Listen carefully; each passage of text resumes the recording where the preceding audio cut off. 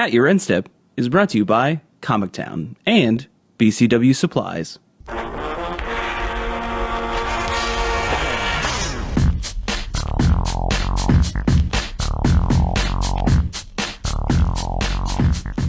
Hello, and welcome to At Your Instep. My name is Morgan, and I'm here with Mike. Hello. Yeah, I'm a little sick. I'm a little sick boy. So if I sound different, that's why. I'm going to make a confession. Taking all the Dayquil. That's a confession? Yeah.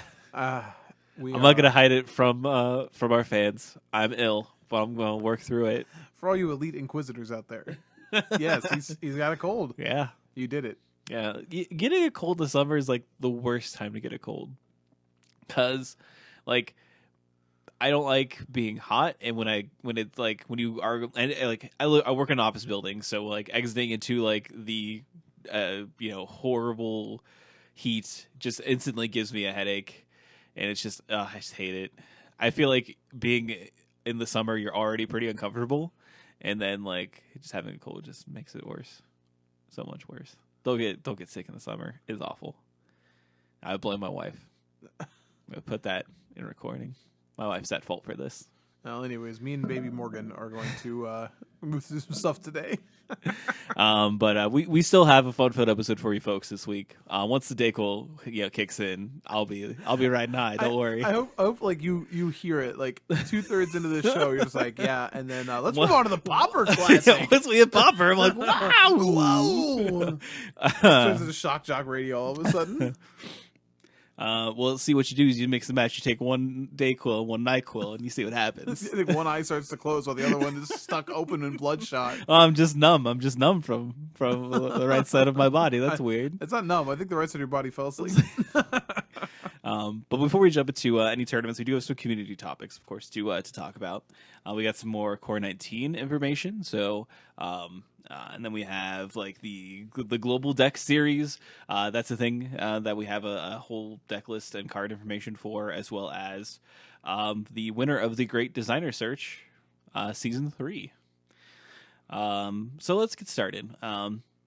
Core set 2019. We actually have some cards and some interesting ones to kind of talk about, as well as some pain points, I guess, to like express. But we know this is going to be a large set. It's got 280 cards. We're going to have welcome decks associated with it as well. So there will be cards in the welcome decks that aren't necessarily in the booster packs that you can open. But the welcome decks typically aren't.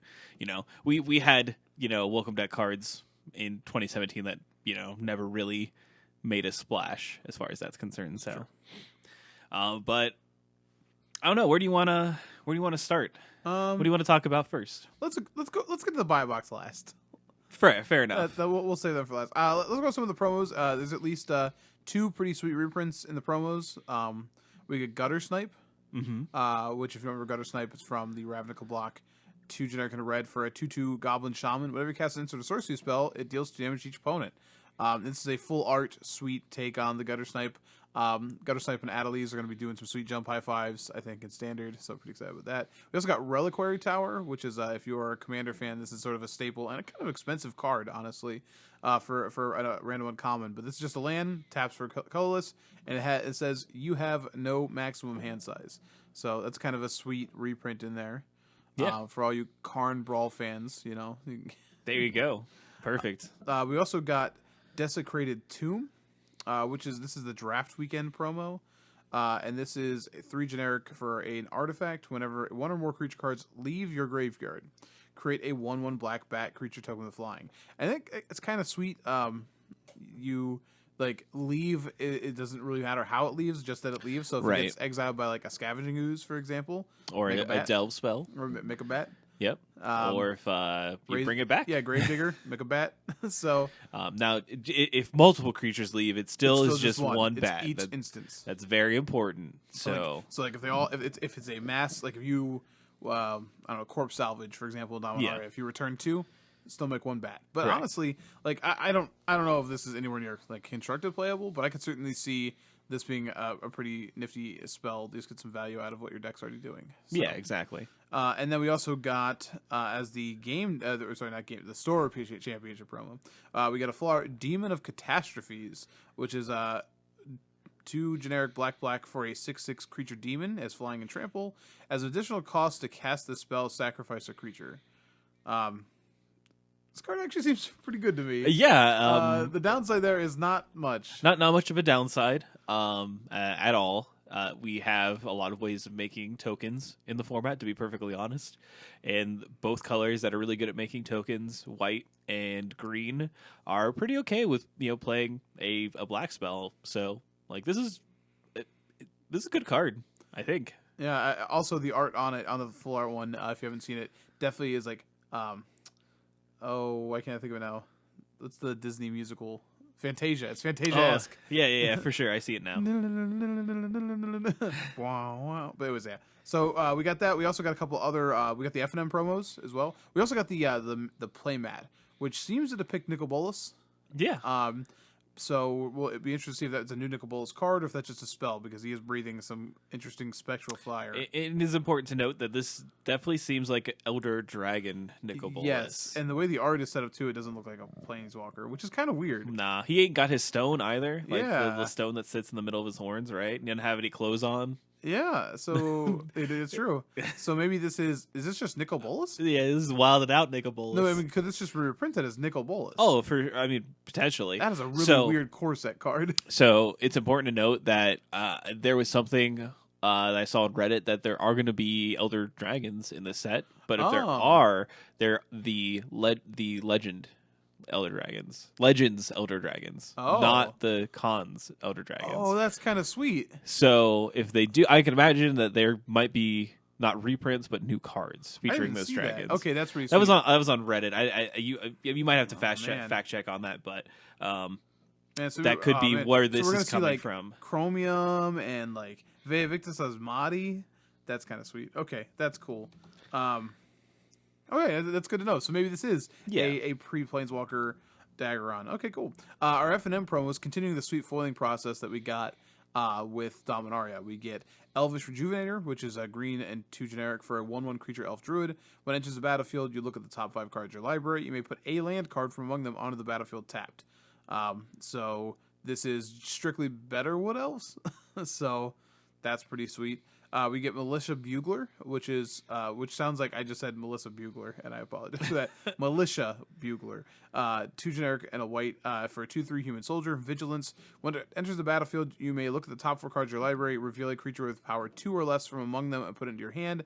Put the rest in the bottom of your library in a random order. I will say a reprint that I saw spoiled just a little bit ago for Core Set 2019 is Mentor of the Meek. Yeah. So Militia Bugler and Mentor of the Meek, they do some sweet high fives together. So if you don't know Mentor of the Meek, it is a 2/2 for 3 that is white, and it says whenever a creature with power 2 or less enters the battlefield under your control, you can pay 1 and draw a card.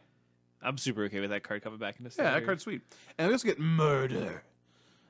Did I say that correctly? Yeah. Okay, yeah, I just want to make sure. That's pretty serious. This is the Eldritch Moon art, and it's a generic black for an instant destroy target creature. In that foiling process, it looks pretty good. So I guess like Cast Down started this. I guess we're just gonna get like a really sleek looking black removal spell each time, and I'm fine with that because he just look very, very exciting. Yeah, I'm very happy that we got F&M promo cards back. I'm very happy that they look really cool, and they should just keep it up.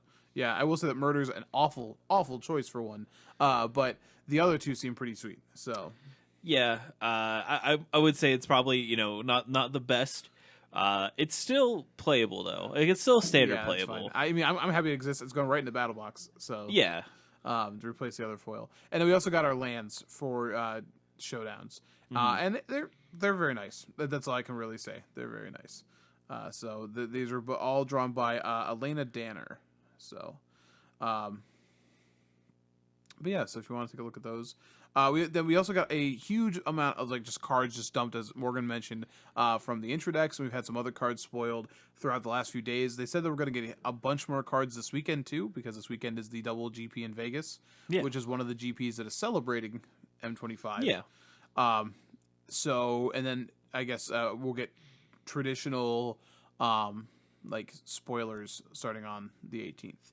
So, was there anything in the intro decks you thought was interesting? We have the first, like, I don't know if it's specifically the intro decks or not, but it's the first 1 mana 1/2 with flying. It's the bird. Oh, the Rustwing Falcon. Yeah, that's fair. So it's not necessarily like exciting. We do have Avon Windmage, which is a 2/2 flyer for 2 generic and a blue, and it says whenever you cast an instant or sorcery spell, it gets +1/+1 on a turn. And Morgan actually pointed out that someone used this card to ask a question of Mark Rosewater, asking if this was was this them detailing to us that prowess may be going away.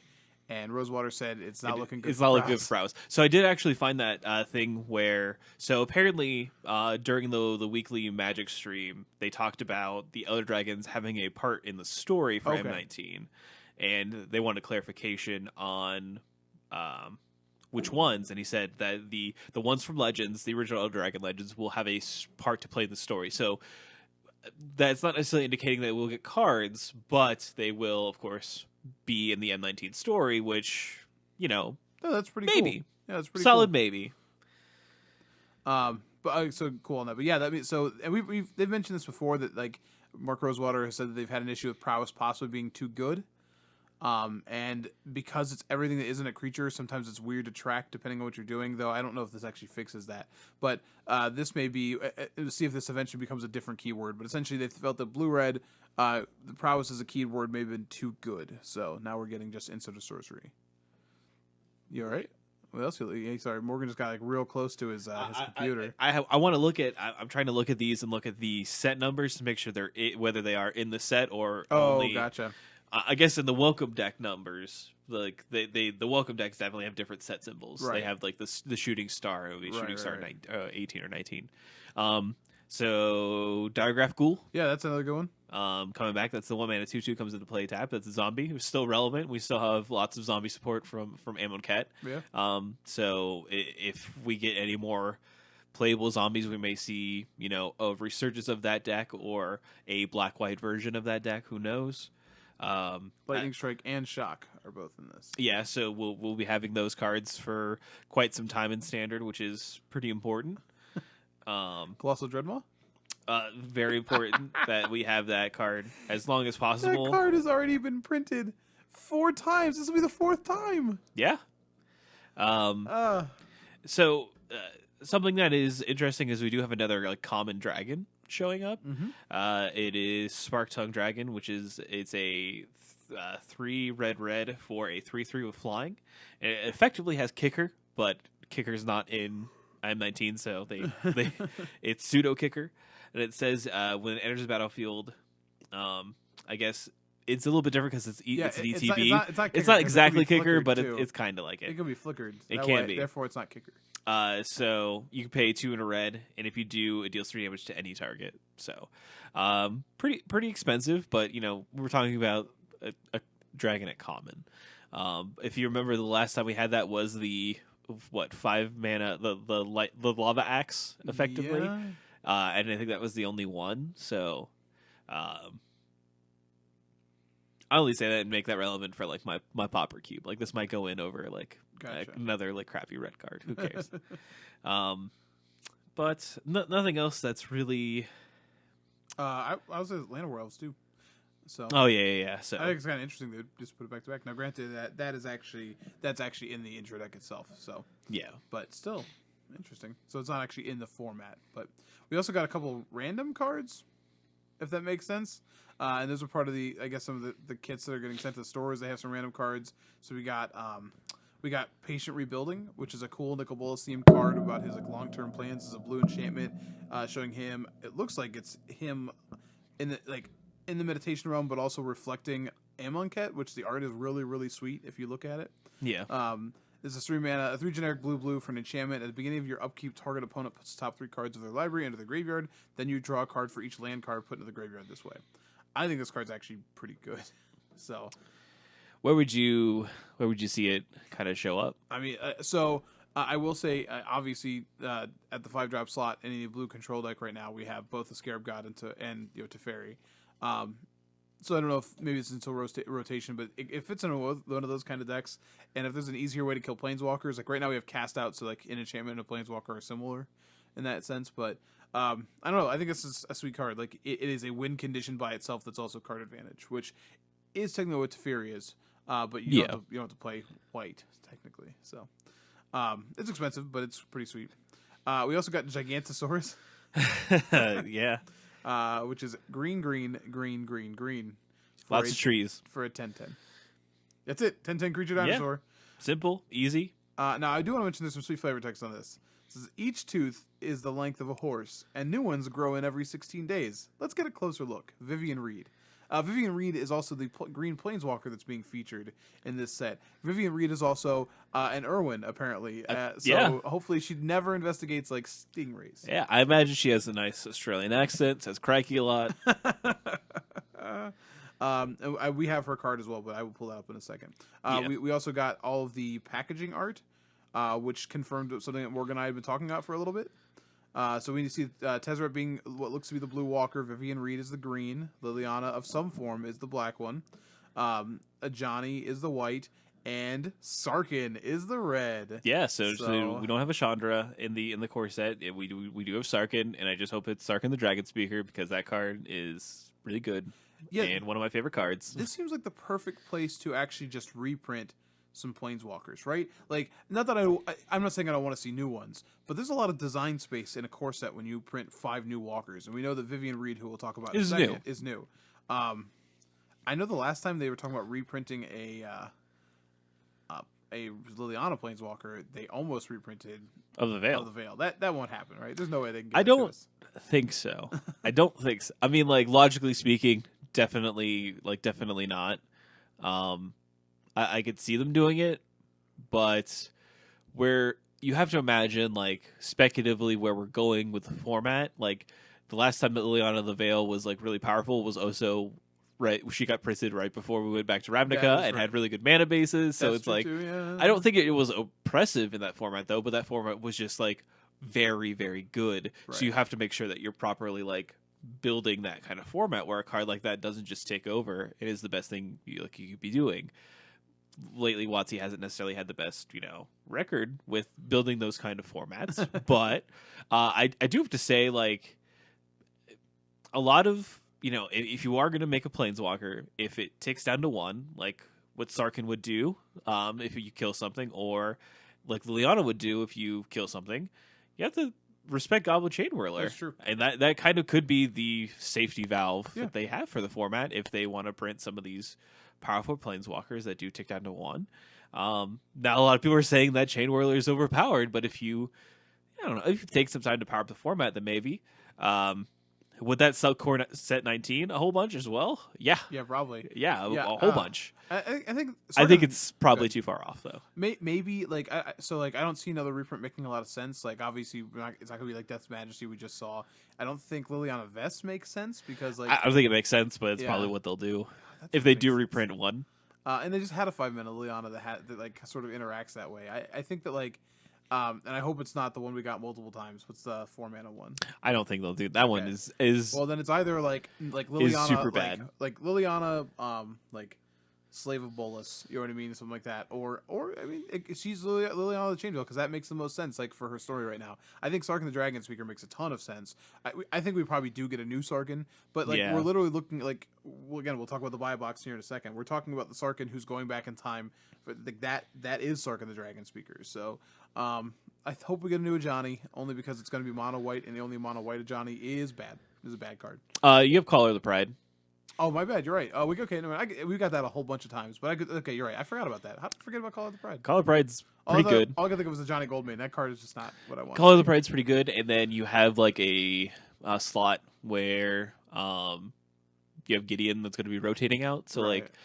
Maybe I do hope it's a new Ajani though. I think like then you have the other, so you have Ajani Goldmane, Caller of the Pride, and then the other one that gives things +2/+0. Am I crazy? Like are there multiple white there's Ajanis? There's a third one. I forget it gives like it's a 4-mana one, it costs 3 and a white. It was like core set. It was Ajani Steadfast. Yeah. I totally forgot about that card. That card was alright. That card was alright. Yeah, you're right.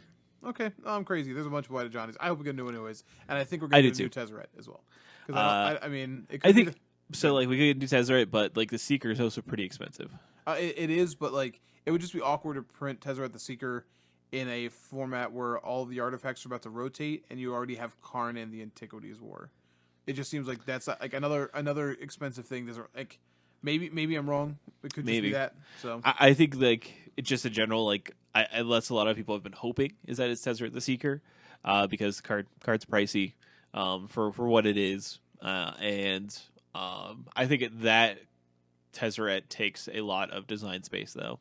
I think you definitely need support for it, at least in limited. And it's definitely hard to do that. So I think it'll probably be a new Tezzeret. Yeah, I would have to assume. And I think Tezzeret has more design space within it, especially a mono blue Tezzeret. Yeah, I would agree. They've made him so artifact heavy, though it's kind of tough. But we'll talk about that. Let's talk about Vivian Reed here for a minute, though. Yeah, that's the one that we do have. Yeah, so I've not taken the time to look this up, so I could be crazy. I don't really know who Vivian Reed is, if she's shown up in lore before. So the first time that we saw the art for the card was in a Planeswalker survey. Okay, so that's the only time that we have. I just know not as far as I know. I know we had seen this art. What I'm saying is the name Vivian Reed. Like, there's a lot of random names that are just like in old comics and stuff. I don't even think that she's showed up on any cards. So, if she has, then Reddit's been real slow at finding that stuff, and they're usually, it's a bunch of monkeys on typewriters. They're usually really good at finding that stuff. So. I will say that this makes a ton of sense to see a different Green Planeswalker. I know if you're a Nissa fan, like she really doesn't interact with Bolas like at all. Like she helped release the Eldrazi, but that was about it. And then Garruk also really doesn't make a lot of sense. Not to mention the fact that I think that they're going to keep Garruk a very separate story thread until after the Bolas thread is done, because he could very well end up being the next sort of big bad for the Gatewatch. Breaks my heart. I mean, sorry. Garruk Relentless, one of my favorite Planeswalker cards. But that's when he was turning bad. I know. He's the Veil Cursed, man. So Vivian Reed is 3 generic green for a legendary Planeswalker, Vivian. Starts with 5 loyalty. She has 3 abilities. The first is +1. Look at the top 4 cards of your library. You may reveal a creature or land card from among them and put it into your hand. Put the rest in the bottom of your library in a random order. -3, destroy target artifact, enchantment, or creature with flying. -8, you get an emblem with creatures you control, get +2/+2, and have vigilance, trample, and indestructible. So, I know that Morgan and I differ on this a little bit. I think she's pretty good. That +1 is card advantage that it's very hard to miss in most green decks. Like you're probably going to hit a land no matter what, so at least you get a little bit of value. The -3 is pretty powerful in standard right now. There's a lot of especially before it rotates, there's a ton of artifacts and enchantments to hit. There's good creatures of flying to hit, but really, for green decks, enchantments are huge. You've seen what Brontodon has done. This card can kill right now in standard Heart of Kirin, any of the other vehicles, but it can also get rid of things like Cast Out, Thopter Arrest, Ixalan's Binding, and Ixalan's Binding sticking around. So whenever you have a card that can do that, it can also destroy Search for Azcanta against this control decks, which I think is pretty sweet. So I think that -3 is important, and the -8 does just sort of like make sure that your creatures win the game. It's a combination of a bunch of different green ultimates, but essentially like having your creatures have vigilance and indestructible and be a lot bigger means that you're probably not going to lose if you have any creatures in play. So she doesn't protect herself. I know, like her minus does, but like she doesn't really she doesn't add to the board specifically. So maybe that's the issue. But I think she's a good planeswalker. Yeah, I think when you talk about 5-mana walkers that have a hard time defending themselves, that's where you lose me. I think this probably is a good card to replace the sideboard slot 5-mana green planeswalker. We're going to be losing Nissa Vital Force.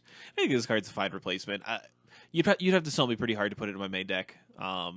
Maybe mono green, but then again I think mono green you just want to be playing more creatures. This is a mid-range card, and that mono green deck currently is not deck, so I don't know. I don't know what deck. I mean, there's the Naya decks right now that they're going out of their way to play a Ajani, right? And this tick up is very similar to the Ajani tick up, and you're at a very healthy amount of loyalty. But this card can't kill Scarab God.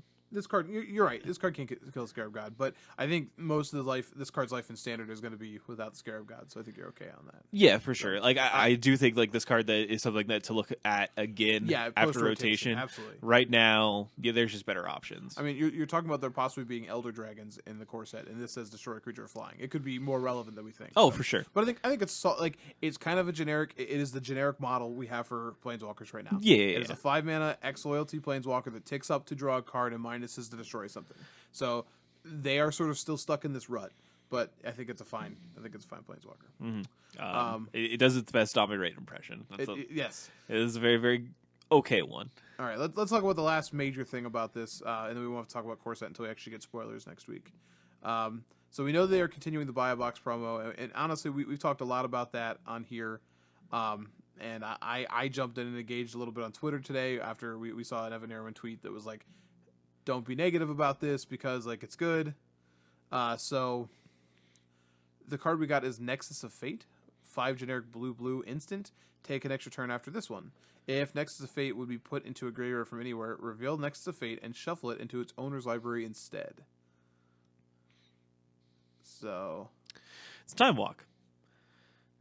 Yeah. It's a Time Walk that is at instant speed. It's expensive. 7 mana is a lot. It's always a lot. And it never goes in your graveyard. Unless it's no, it never goes to your graveyard. Yeah. It's either shuffled in or exiled. So even if it's countered or if you mill it or anything like that, it gets shuffled into your library. Right. This card is definitely an increase in power level, in my opinion, from the Dominaria one from Firesong and Sunspeaker. Yeah. This definitely has. First of all, it's monocolored, so it instantly has more appeal than a dual colored like legendary creature. It's a Time Walk. People love Time Walks. There's a whole modern deck dedicated to how many Time Walks can you play, and it is pretty good. Just by itself, like it's a Time Walk that effectively means you never lose the game because you just always keep casting this and taking turns. It's a 1-card infinite combo. Even if it is expensive, that's still what the card does. Now, do I think this card's gonna like light Standard on fire? Obviously not. Like that's not the case. Standard is at a higher power level than what this card is presenting. But I don't think like a card like this needs to do that to be concerning. This card is going to be expensive. Like period. Now I don't know how many they're going to put out in the market. Like that is going to be the determiner of how expensive this card is. But it already has an expensive buy-in to obtain it in the first place, which is a box of Magic cards, which is at the very least $100 from your local game store. So this card's going to be in demand. People are going to want it, presumably. Now you could say like the main draw of this card is going to be, Commander, right. And that's likely true. You know what? A large draw to this card might even be Brawl. To be perfectly honest, I know it's really popular with us, and those two formats are fairly casual. You can maybe just proxy this card, but I know a lot of people like owning cards, like just like having it, not having, a piece of a flipped over Magic card that has Sharpie on it or like a printed out picture. People like to own things, as it turns out. Capitalism, wow. And I think this card, like Firesong and Sunspeakers, are like what, about $10 these days or less. Yeah, they're like $7. Yeah, $7. Like I could see this card like always being somewhere around $15 to $20. Oh, I think that's definitely a thing. Just because like people want it, and obviously that does, that is determined by the amount of printings this card has. How many they put out is going to depend. Is going to obviously set the price, but I think the demand is there, and I feel like there is a lot of the sky's falling with this, and I think there is a lot of overreaction. But I don't blame people for being concerned about this card. Yeah.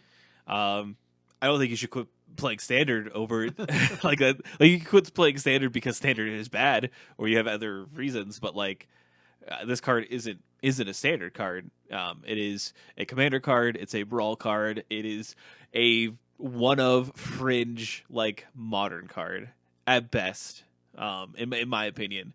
But this card's considerably better than the first time they've done this, and it is flirting dangerously close with being too powerful, or not necessarily too powerful, but powerful enough that it's a problem.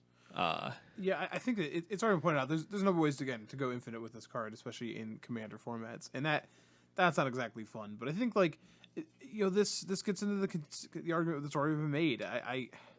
If you're gonna only make this the only way to get this, and then you're gonna just keep ramping it up a little bit, then eventually you're gonna miss.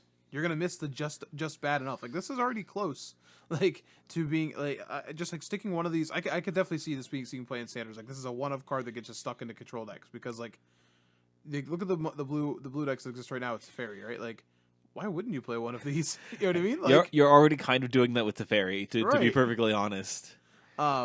But beyond that, though, I got into some discussion with this about Twitter on Twitter today. Like, if the goal of selling this, using this card is to sell the set, right? That's ostensibly is what they're saying. Is they somehow have this data, right, that says that the reason that people bought more boxes. I don't know why I just said boxes like Dave was here. Buy all them boxes. Now there's boxes. All these boxes. Is because of the promo, not because of the early release schedule, right? Not because the set was good, but because that card. Then why don't you put that card I sell the set with the cards, not sell the box with the promo? I don't know. I guess I just don't like that. Make the cards exciting enough that you want to buy the set. Right. Not that you have to rush out. And I guess again, I can't fault them for wanting to create hype with it, but and right now whatever, do what they want, but this idea that they should just sit back and wait until there's a mistake, there's gonna be a mistake. Yeah, I like maybe that's just a pessimistic attitude to have, and I don't think it's pessimistic. I think it's realistic. Yeah. It's a realistic attitude to it's have either going to be based a on the mistake, history or that we they're have not with going to WotC. help sell the boxes. That's what's going to be. Yeah. The middle ground isn't going to be there. And I'm sorry, if you're really trying to tell me that they have the data that says a Fire Song and Sunspeaker To push Dominaria. and I'm telling you, I'm a person who plays that card in Brawl. I like that card. Yeah. I did not buy the box for that card. I didn't. It's just icing on the cake. I happen to have one when I made the Brawl deck. I would have went online and bought it if I needed to. You Yeah. know what I mean? But if it didn't exist, it didn't exist. You know what I mean? It should have been in the set. So I just don't. It just doesn't make sense to me. Whatever. Let's not continue to beat this horse though, because No, we spent a lot of time on this. and already. I something that I do want to say, from everyone that I've seen that is vocally in support of this, is either selling cards is a store, supports a store, works at a store, gets their paychecks from a store. So I don't know. Take their opinions with a grain of salt. Maybe you should take our opinions with a grain of salt as well. Maybe we're just bitter grinders that want to crap all over WotC. But I don't know. I just want people to know that when you that we see you, we know. I don't know. I just can't take their opinions seriously. Where it's just yep, this is coming from me, and I totally don't have any background or skin in the game, and it's yeah, okay, sure. So that's just my 2 cents, though. Anyway, that was M19. Next up, we have the global deck series, the global deck card info. So all of this got released, and they are the Jiang Yangu and Mu Yanling global deck series. So they're Planeswalker decks, and these are Planeswalker decks that are based on Chinese lore and history, which is pretty interesting. And you can kind of take a look and see all the cards. They're all very, to be perfectly honest, they're all very flavorful. They remind me a lot of Portal 3 Kingdoms, if surprisingly or unsurprisingly, and it's something that I'm not interested in Planeswalker decks, no matter how you try to sell them to me. So it's not interesting to me for the actual product. But I think it's cool that, Wizards of the Coast and Hasbro are exploring ways to connect with markets that they may not have, a proper reach with. or a proper investment with the local player base there. And I think this is sort of a way to make an outreach to do so. And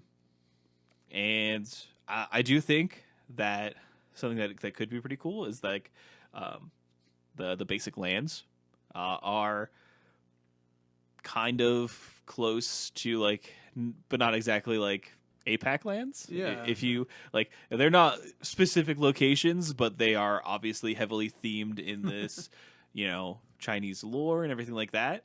And so obviously the art for these is going to be heavily influenced by that. So, I mean, the forest is definitely like a forest that you wouldn't necessarily see everywhere. It's a sort of a bamboo forest. But I think that's kind of cool. I know that a lot of people are kind of bummed because some of the names for some of the cards are good names. That they kind of like Breath of Fire was one's like, oh, cool. That you could have. No, it's a really bad shock. Thanks, Woods of the Coast. I think that while there are some weird choices with this, we'll talk about like the idea that like it's standard legal in China but not anywhere else. But I will say like the way the cards are set up, like none of the cards are. I mean, you're not upset that you don't have access to them. Let's be honest, but.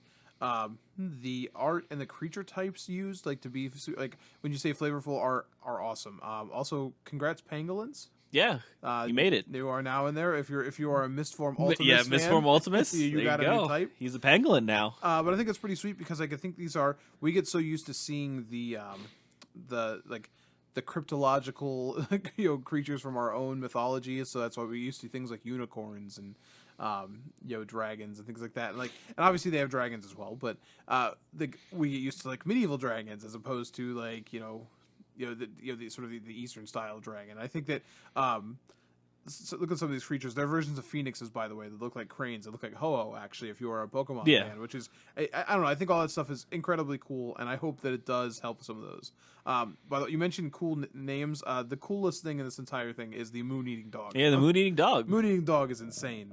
The most nimble of creatures, it chases the most sacred luminance. It tries to eat moons.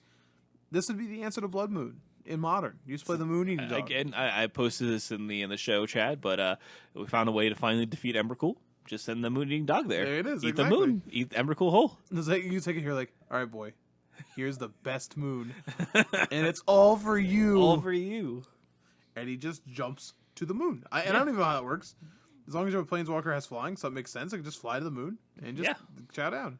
So it is important to point out that the Phoenix in the set, you can't bring it back. That's pretty rare for a Phoenix. Yeah. But I don't know. I didn't decide this set. But yeah, I think it's interesting. I do say that like, I do want a Mawu creature token just because Mawu is the best dog. He's the goodest dog. He's the goodest dog. You look at that art, like just on the Yongu Planeswalker, like that's the goodest dog. So, but yeah, I mean, this is cool. If this is I hope it does what the Wizards wants them to do. They posted an article today discussing like some of the reasoning behind it, and then they asked for some feedback on it. And I hope that the feedback is helpful for them. Like this set was very cool and flavorful, but it's supposed to be a teaching tool in China. Like it's to teach people how to play the game.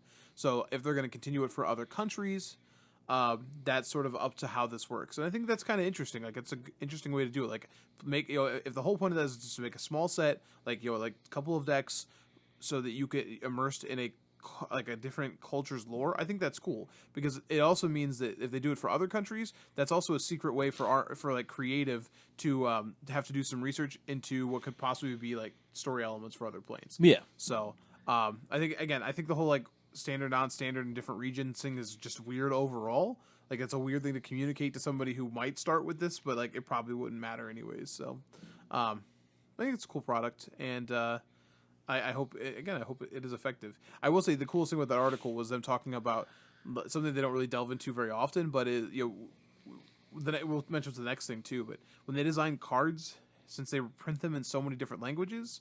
And don't forget, we printed like simplified Chinese because it is we say like Chinese is the language, but like there's different dialects of Chinese, Oh, yeah, and for they're sure. very like it's a tough language, and there are a lot of different versions. So the cards they design have to also translate to all these different languages, at least in some way, effectively. So for them to design purely for that that instance, it was kind of an interesting discussion. Oh, I bet. I imagine.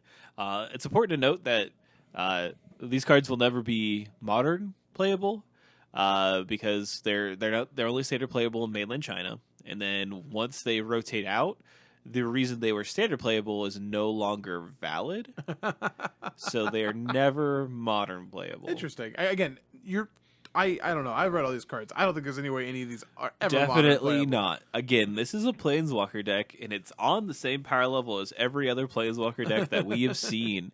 There's nothing breakout about this. There's nothing that's gonna, crack any vintage or legacy tournaments anytime soon. So don't worry about it. And again, the only thing that I think might be somewhat desirable from these, besides the actual Planeswalker cards, could be those basic lands. Right. And I think it's unfortunate there isn't a swamp. But I know that probably makes a lot of sense because of censorship issues inside of China. And I know that there's a lot of companies that have run into that. The biggest one is like World of Warcraft and Blizzard. This was information I've heard quite some time ago. I don't know if that's still the way that it is, but typically they don't like a whole lot of skeletons and stuff like that in their media. So yeah, Diablo's a no-go. maybe skipping the skeleton and the might have been a good choice this time. So, but I don't know how strict they still are about that stuff. From what I understand about China, strict. Last thing I wanted to put on here was they finished up the Great Designer Search 3. Yeah. Which is pretty cool. Now, Morgan, were you really reading the Great Designer Not Search? at all. I've been reading all of it. I really enjoyed seeing the submissions, and I've enjoyed trying to read the cards. Like, I tried to read the cards without seeing the comments first, and then see if like my assessment went with them. And I thought it was kind of interesting just to go through. Like, generally the ones that they said like after I read this, I was like, this doesn't make it, like this isn't cohesive. Afterwards, like, well, none of this works. It's like, oh, okay, good. I'm not crazy. So, but the winner was Ari Neer, I think, or Nee, Nieh. I'm sorry if I'm saying that incorrectly. You'll be working for WotC soon, so I should try to figure this out. But they had a really cool final design like showcase. If you get a chance to go through, it's on the mothership. You can go through and read each individual like what they did for different categories. And some of the cards are just really inspired. And what's cool to me is to see the ones that that like the judges latch onto and say this is a good design. That card's probably going to exist in some form in the future, which is pretty cool. If you were in this contest and you lost, but still maybe designed a card, they did that. But the last thing they did was they showed them the card Seance, and they were like, okay, Dark Ascension goes to print tomorrow. This is the card Seance. We discovered a problem with it. It makes an infinite combo in 2 different formats, and we messed up, but we can't print it as is, right? And then the designer goes, oh, by the way, I also always had a problem with the word Seance. I think it's a troubling name to use for a Magic card. We have to make a decision in the next 2 hours. We need to replace this. So what can Seance become using the same art?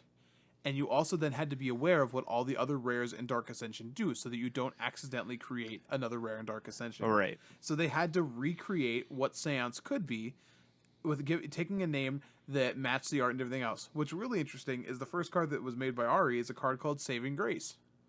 Now you might go, that's not okay, we already have that name. Because it's Dark Ascension, they were allowed to use any Magic card name that hadn't been used. So Saving Grace is a current common in Dominaria. It doesn't matter. In this alternate timeline, Yeah. you could do that. But they did some cool things with this. And I won't go through and read each one that they did. But they each had to design 3 cards, and then each one had one final design that was picked. And then they based the winning off of that. And he won. So congrats to Ari. And I think they didn't do a super great job like publicizing this. Like, to even go through, if you read the articles, then you had to go back in and click in those and then click on each individual person's name to see what all the cards were. It was a tedious thing to do to read all of those things. And maybe they just didn't care to make it like as easy for people to find because maybe people weren't reading it. I don't know. But I enjoy it as a process. I say this as a person who doesn't feel like they're super old or by anything, but I feel like this is the kind of thing where like I wouldn't be able to do this because I'm married and I have a professional job, so I can't compete for an internship. Yeah. This isn't the pursuit of happiness. I'm not like I'm not able to do that. So I think it's kind of cool to sit there and look at that and say like, okay, what I've done well here, what would I've messed up with, and I think it's pretty sweet. So I think it's awesome that these people went out and did that, and I think that like for those people who didn't make it, those 7 people who did not win, they had their very public, their work very publicly criticized and torn down multiple weeks, and that's a tough process to go through. So I think good on you for going through that process and for sticking it out to try and make it to the end. So fun times. Yeah, I'm looking through some of the cards that were submitted, and it's pretty interesting for sure. Yeah, I like there's again what's really cool is when they do something like they just do something different. Like and you can see it in like a couple of the ones I'm trying to think of, like they added like a really weird rider to a planeswalker. Like this planeswalker can be played from your graveyard or can only and they were like, okay, and the judge was like, okay, this is probably a line of text we could add to a planeswalker, but we would have to have a compelling reason why. But that's interesting. And whenever you saw new design space, it was like, oh, cool.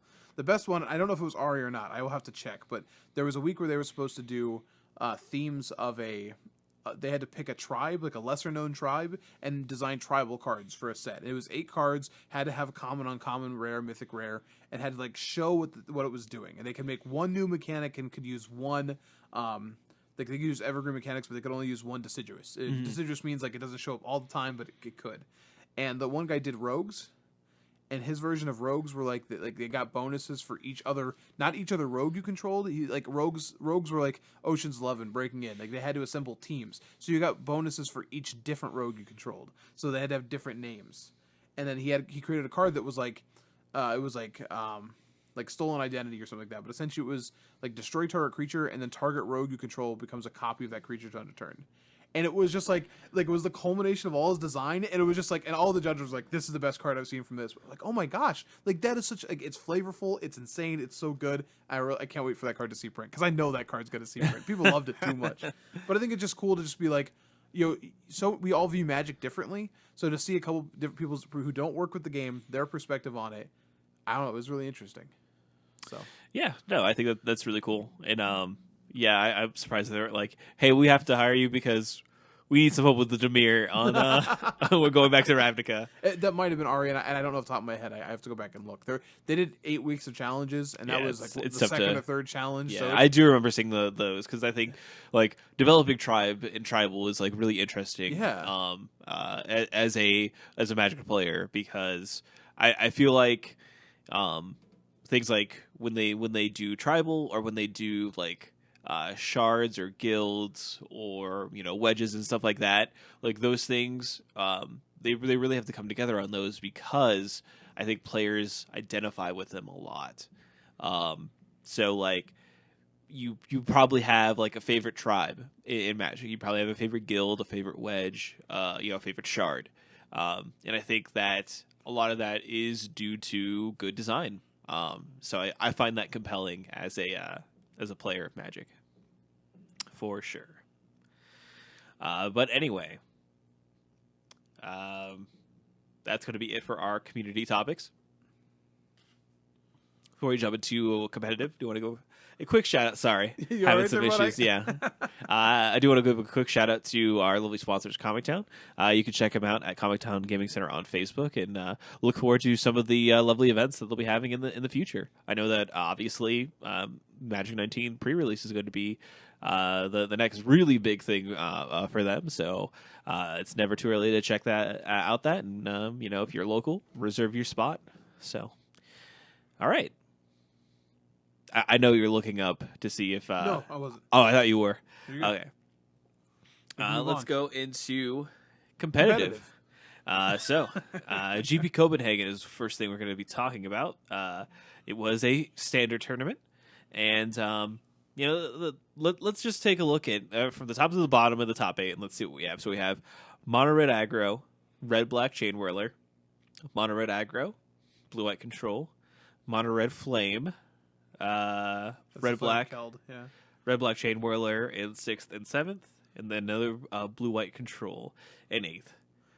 Put by Martin Dang, Yeah, like which Martin- seems counterintuitive. Yeah, Bud, what are you doing? Don't fight your instincts. Don't fight. Just play the red deck. We had a couple okay names. Obviously, we had Martin Dang. Lucas Bohan was in 6th. We had Javier Dominguez in 4th.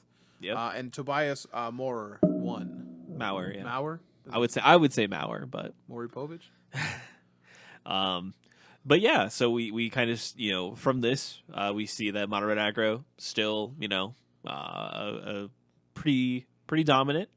I'm pretty excited to see the Mono Red Flame deck, piloted by Joachim Stale Nilsson, showing up, because I think this deck is really, really cool. And he kind of has, no, because even the Pro Tour list was playing Wizard's Lightning. You were playing another Bolt. Yep. But yeah, this deck is sweet, and I don't know how actually good it is.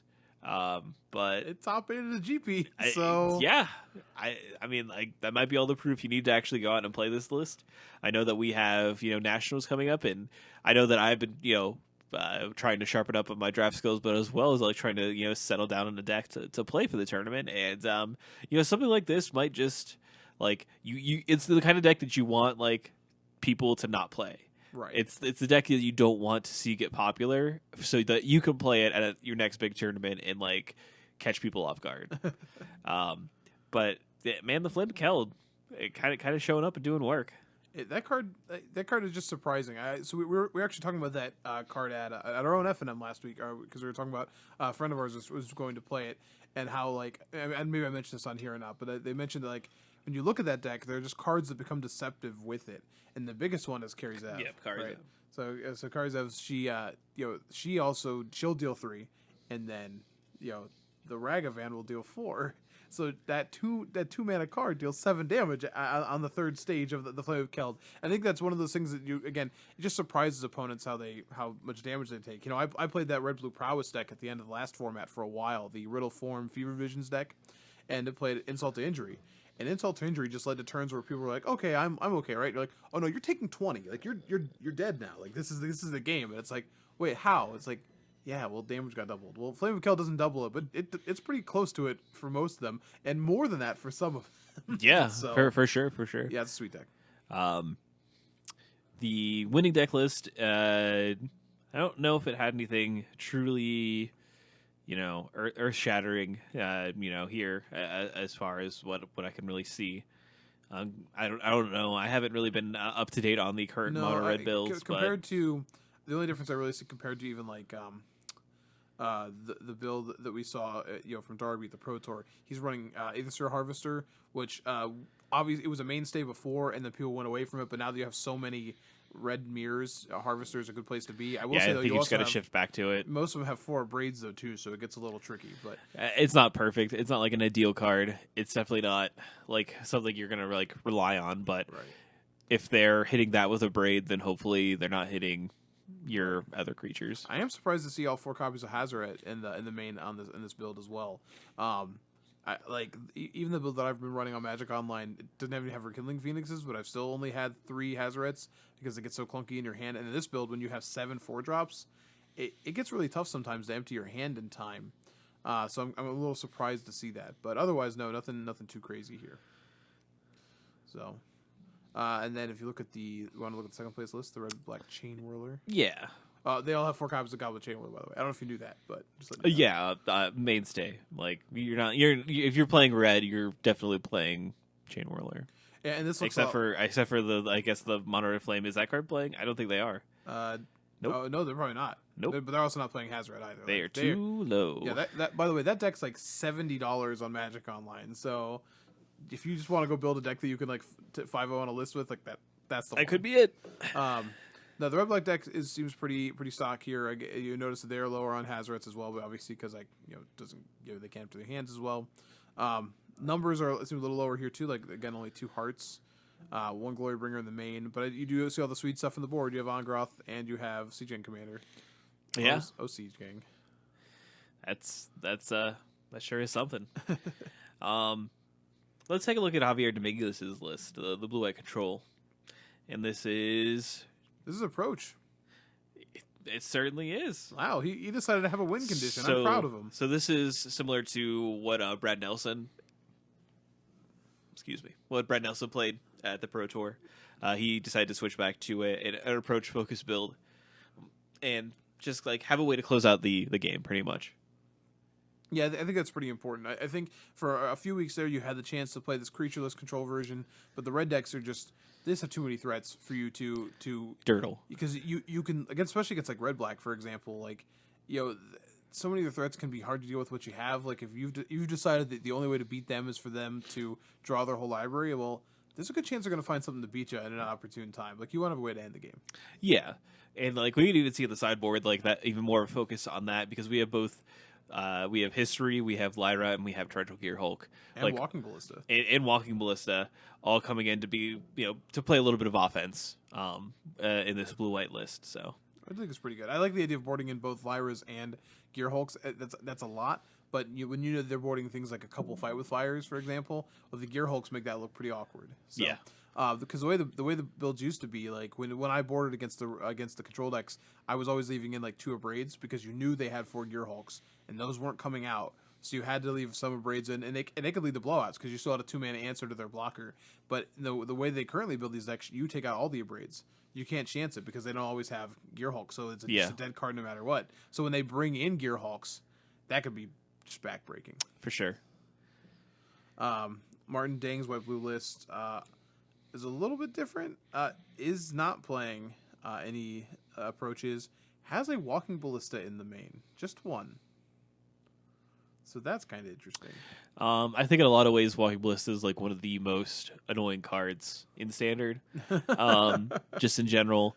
I like it. It is a win condition, like in itself. And it's not something that you have to ever attack with to win. And I mean, it's probably not that great against mono red. Like you might be able to get a creature or something like that, but it probably buys you a little bit of time. And if you find the opportunity to cast it, and like especially the control mirror, like if they go like if you're on the play and they're like have a tap land in play, or if they have like a tap land, and if you could get this in under counterspell, obviously it's super annoying for that deck. Like they have to, I mean, theoretically it turns on like their fumigates, but that's okay. It makes them have to tap out, and then like, all right, you tapped out to deal with this threat that I have that I don't ever have to attack with. I can always play around your Gideon's Reproaches, your Seal Aways, or it'll make you either have to tap out for 5 to deal with this, or play a cast out to deal with it. And it's like, okay, I can play a little bit of a Protect the Queen game, and it could be even like a sub game before you resolve with a fairy. Right. So I think it's pretty interesting to have just like another threat, and that's kind of the idea that these lists are kind of going with. Yeah. Just having another threat to play. If it gets countered, that's fine. I will figure out another way. So, fair enough. We also had 11th place, Joa Morai. Sure. Okay. White blue control. He's playing an approach version, much like Javier Dominguez. And then we also have Gambo Wafatapa in 4th place, playing Esper control. 14th place, yeah.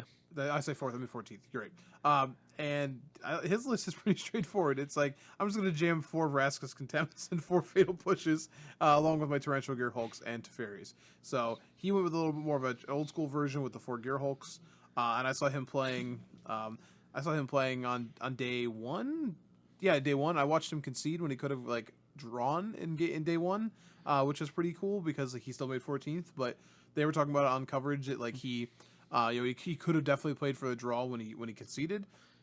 But on day 1, like draws are the same as losses. So yeah, why would you? Why not? I think it's just a classy move for in that case. So But yeah, of course he's playing Esper Control. Yeah, I really like his list. I think if you're going to look to play Esper, like his list is probably a good place to start. Man, that's how you win any control mirror, right? Like if they're all just going to go all on a Teferi, you just overload them with Vraska's Contempts. Yep. And I mean, you have your black control cards, you have your fatal pushes, you have access to things like cast down in your sideboard, and that's going to go a long way to beating like mono red to some extent. But I think this deck can potentially have a pretty decent mono red matchup. Yeah. With some sideboard help. Your game ones are probably rough, but sideboard help is pretty good. And just having like more Vraska's Contempt is really good. No, that card, especially like now, honestly, like the Flame of Kel deck probably beats. Beats the brakes off of this. But any of the decks are going up to like they're expanding their mana bases to play a bunch of like Rekindling Phoenixes. Yeah, I just want to have all of these Vraska's Contempts. Yeah, for sure, and Torrential Gearhulks, to just flash them back. But I really like this Esper Control list. It's something that I've been wanting to test out in preparation for Nationals. Another list that has kind of been sneaking up and becoming popular, or at least putting up results, is the white-black Benalia list. This list is a little bit different than the ones we're going to be talking about later. This is more of an older build that is pretty much just white-black vehicles. Right. Playing things like Toolcraft Exemplar, like a Mad Person, and all that sort of jazz, playing with the Heart of Kieran and stuff like that, but having history main. So this is more of an older build, but there has been some evolution in the white-black decks that I do want to bring up that we'll talk about for the Star City Games circuit. Sure. And then there was a blue-black mid-range deck, and I got to tell you, that was the only other archetype in the top 16 for Copenhagen. We had red, black-red, blue-white, Esper, white-black Benalia, and blue-black mid-range. And blue-black, white Benalia, and the Esper deck were all one-ofs. So, red dominated the top 16. Now, granted, just 1 week, essentially after the Pro Tour, a lot of those same pros just took their deck from the Pro Tour and went to Copenhagen, those European pros. But it does sort of, we talked about how, Pro Tour meta is a little bit different last week, all these things. Well, that does take a pretty strong step towards solidifying that meta. So, yeah. We have, honestly, we probably have Nationals, I think is the next big one. I could be wrong. What Pittsburgh is the week after this. Is that standard? For the GP? I'm not sure. I'll check on that. I don't know if we get another standard GP before Nationals. So, it'll be interesting to see. Because we don't get another Star City event until the weekend of Nationals. Actually, that's Atlanta. Mm-hmm. So, yeah, we won't have a huge event. I think unless it's Pittsburgh. I think it's the only GP that could be. GP Pittsburgh is standard. Okay, so we will have one more big standard event. Because this weekend in Vegas we have Modern and Limited. So, all right, well we'll have one more big show for standard then, to see if red can be toppled. Interesting. Do you want to move into the con? Yeah, let's talk about SCG Con. SCG Con. Featuring the Invitational.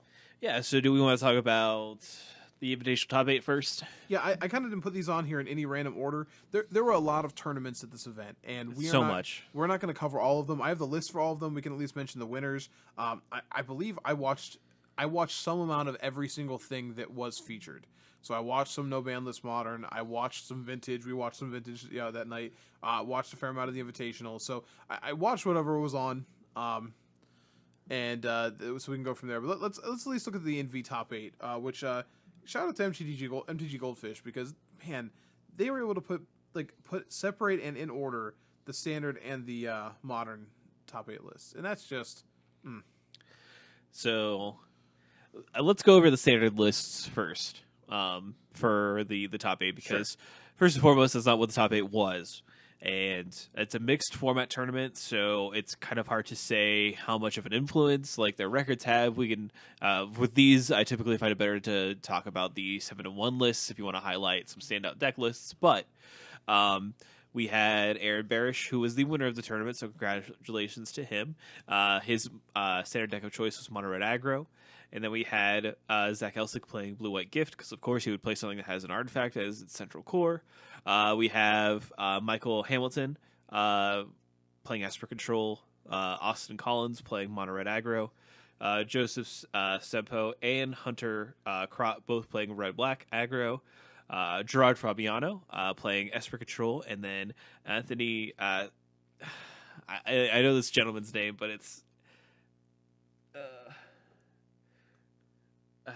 Anthony S. Sorry, I'm sick, and it's gonna sound terrible anyway. Surzak? Sure. I could be really wrong about that, but I tried it. Playing Blue-Eyed Historic. Now, are there any of these lists that you want to like highlight? Because I don't think any of the top 8 lists went 7-1 or better in standard. I could have swore that at least some of the red did. I want to say the Barrage did. Maybe I'm crazy. Maybe. Let me take a look. I want to at least mention Anthony's list, Blue-Eyed Historic, just because I really like this archetype, even though it's sort Gerard Fabiano went 7-1 or better. Okay. With He was Esper. Okay, fair enough. Blue-Eyed Historic is it was a deck we saw a little bit of, but I really like these builds, even though they're probably not that great against the red decks. These are the decks that are playing Raf Capuchin, and then just a bunch of legendary cards. So you have Walking Ballista, he's playing Merfolk Trickster as Flash, Lyra Dawnbringer, Torrential Gearhulk, Teferi, Blink of an Eye, Wizard's Retort, Settle the Wreckage, Commit to Memory, Seal Away, History of Benalia, and Lands.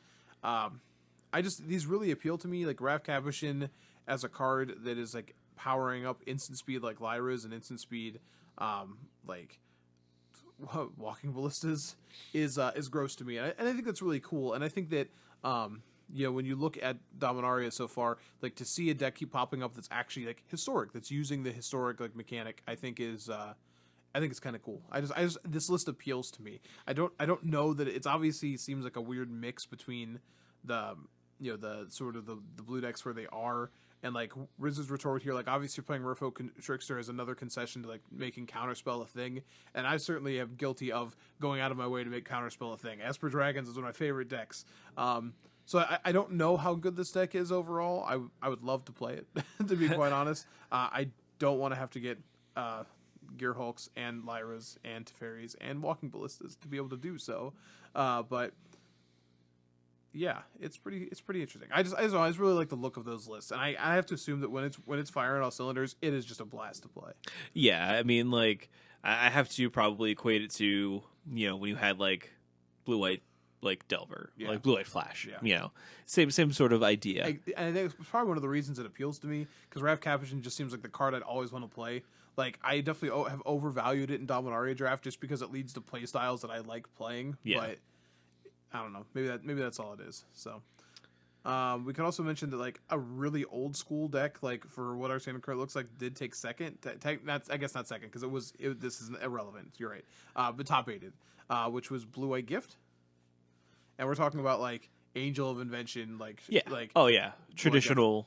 We had a couple of interesting things. He was playing 2 Inspiring Clerics. This is Zach Elsick, as I mentioned, was playing 2 Inspiring Clerics in the main, which is the 3/2 for 3 that gains 4 life on just the battlefield.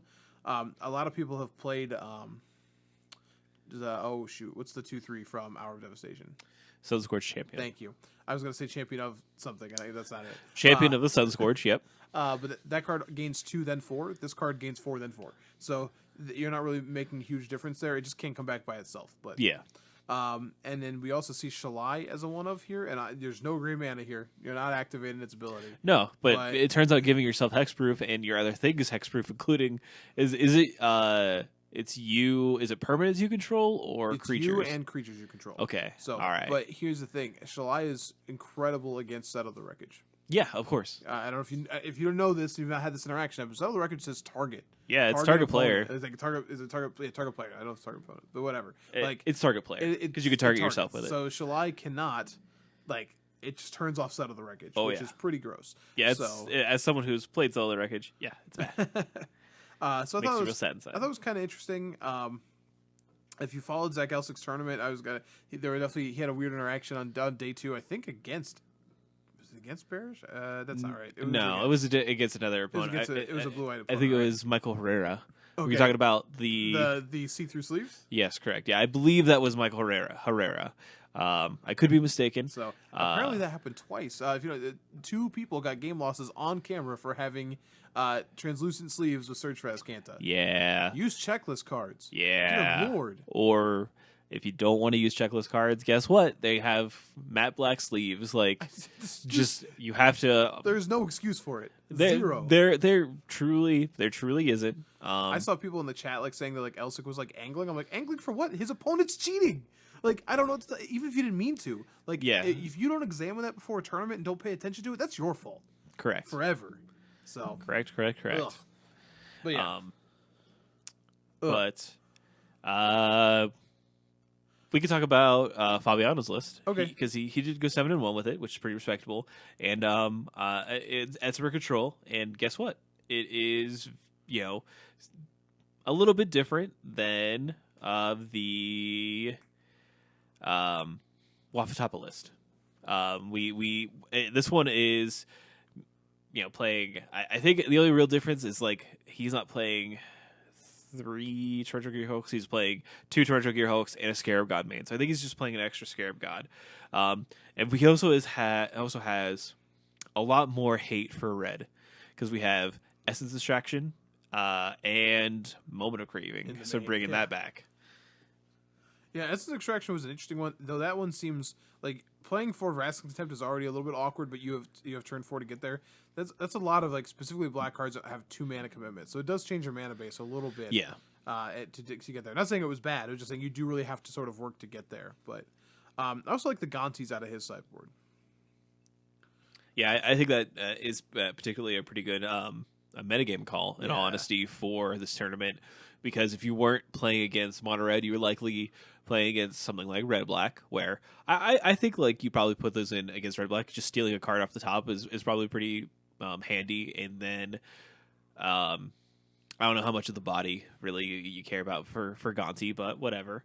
But I like that. I like the card against control a heck of a lot. Yeah, it seems like a good card against a mirror. And whenever you're bringing in the second Scarab God, you're probably bringing that in too. Yeah. So it's pretty sweet. Do you want to? There's a couple other sweet decks we can look at here. If you look at 13th place, this is Raja Sulaiman or Sulaiman. Yeah, so that's the black white mid range you were talking about. That's exactly what it is. And that list did go 7-1 or better. And we'll talk about this. They won the Classic. Yeah, a little bit of a different deck list. This is now the other deck I'm considering for national. Me too. Yeah, look at that. Mainly because I got cards. Yeah, but this deck kind of looks like a pile a little bit. We have like weird numbers for things. We're playing main deck Lint Sleep Siphoners, which seems wrong. It seems a bit wild. But so we have 2 like Angel of Sanctions, 3 Glint Sleep Siphoners, 1 Knight of Grace, 4 Knight of Malice, 2 Ravenous Chupacabra, 2 Lyra, some Gideons, some Karns, because why not? But yeah, this list is certainly something. But like I said, with the how well it did in the meta that they had at the Invitational really says something to me. Going 7-1 and then winning the Classic. Yeah, I mean this. I don't necessarily know how this deck plays out, but it's playing 4 of History Benalia, and I want to play that card. Yeah, I mean that's where I'm at too. So I managed to pick up a bunch of cards at History Benalia this last weekend through a friend, which is great, and now it's opened me up to a few more decks in Standard, and this one I think is a sweet one. Like I think that like when I look at a deck for Standard right now, like again, red is the deck I have the most experience with, but I want to know that the 2-drops are solid and survive Chain Whirler. And yeah, Siphoner doesn't. That's awkward. Outside of Siphoner matchups or outside of Chain Whirler matchups, sorry, Siphoner's insane though. It's really good. But Knight of Malice and Knight of Grace, like those cards are legitimate. Like they're 3/2s. Like the first strike are hard to get through. They're hard to get through for the red deck. And they hit hard. Chupacabra's fine. Angel Sanctions is good. Lyra's obviously good. The Planeswalkers are good. But then I look at the sideboard, and you get to play all 4 copies of Duress. Yep, which is great. Even a Lay Bare the Heart, even though the card is a little bit more awkward than it used to be, but you can still play it. Yeah, it's I don't know. I really like what this deck is doing. You get to play Profane Procession. That is a little spicy for sure. I don't know what I'm boarding that in against. I feel like everything I board that in against, I just don't have the time to do anything. But potentially. But it could be something. Yeah, it could. I do think that you definitely have there are a couple of differences between this list and the list that Raja used to win the Classic. So you can definitely take a look at those variations. But I really like this list, and it's something I could see myself just sleeving up and having a good old time with. Fair enough. Let's go Abzan Angels next. Kazunegru, who saw this deck a couple times on camera, and I thought it was pretty interesting. The Abzan, so it's green, black, white. You've got 4 Walking Ballista, 4 Llanowar Elves, 4 Servant of the Conduit, 3 Rishkar, 3 Thrashing Brontodon, 3 Shalai Voice of Plenty, 3 Angel Sanctions, 2 Lyra Dawnbringer. So that Lyra +1/+1 lifelink thing all of a sudden matters. Oh, for sure. You have Karns, you have a Vraska, and he's got a bunch of removal. You're playing Heart of Kyrans here as well. Another deck that gets to play 4 Duress in the sideboard. But Shalai is really a very good 4-drop. Like, it just does whatever your opponent's plan is. And again, I've been jamming too much limited at the moment. I have just been chain drafting the last few days because I've been off work and I've been able to chain draft the last few days. But that card, no matter if it's limited or wherever else, like whatever your game plan was on turn 4, turn whatever, if it involved any removal or interaction, changes because your opponent played that card. Yes. And that alone makes that card pretty powerful because now they have to take care of that. And if their interaction was Lightning Strike, things got a lot worse. Yep. So, I think if you've played in Pauper at all, we'll talk about Pauper here in a minute, or any cubes that have like flag bearers, it's like standard bearer or just flag bearer. Those are difficult boards to navigate because you have to make sure you have 2 removal spells for everything. It turns out, again, Fumigate's good here, but we've seen that Fumigate hasn't really been the go-to. It's been Set of the Wreckage. Well, we just said this turns off Set of the Wreckage, and if what are you going to do about it? If I don't attack with this and you can't seal it away and you can't settle it, then what's going on? And in this deck, you also get to activate it. Yeah. And you get the weird bonus of getting to possibly activate it with Walking Ballista in play. Seems pretty all right. Obviously that's super end game, but it is interesting. So I think that this is a deck. I don't know if this is something that's really going to take over the format or not or anything like that, but I think this is sort of the mid-range that I think was missing out because red has also been the mid-range deck. Besides blue-black. We've seen some blue-black. Yeah. But I think that, I don't know, this is kind of exciting to me to see a deck coming at it from this angle. Again, I think a lot of the decks are going to have to do this, whether it be white-black, Weta? I can't say words. Whether it be white-black or Abzan, the key here is that in the sideboard they get to do, they have the cards that can beat red in Lyra Dawnbringer, and they have, and things like this, and they have the cards that can beat control, specifically in Duress, and while this deck isn't specifically playing it, you've seen a lot of copies, even in other decks like the black-white deck, things like Argo's Bloodfast. Yeah. So this is why I'm sort of interested in some of these black-white X decks. Me too. Right now. Like I said, I'm torn between the black-white mid-range and Esper, just for the sheer fact that I think a lot of what ails, a lot of the decks that are currently floating around the format, I think that the black cards that we have access to definitely exploit some of the weaknesses. Well, with that in mind, let's look at one more list from this before we can talk about Modern a little bit. Because we're going to jump around these different tournaments, and I know we're going to run long this episode. So for sure, you're happy. 100%. But did you see the Esper mid-range deck, Luke Purcell? It's 52nd place, but they posted it so you could take a look.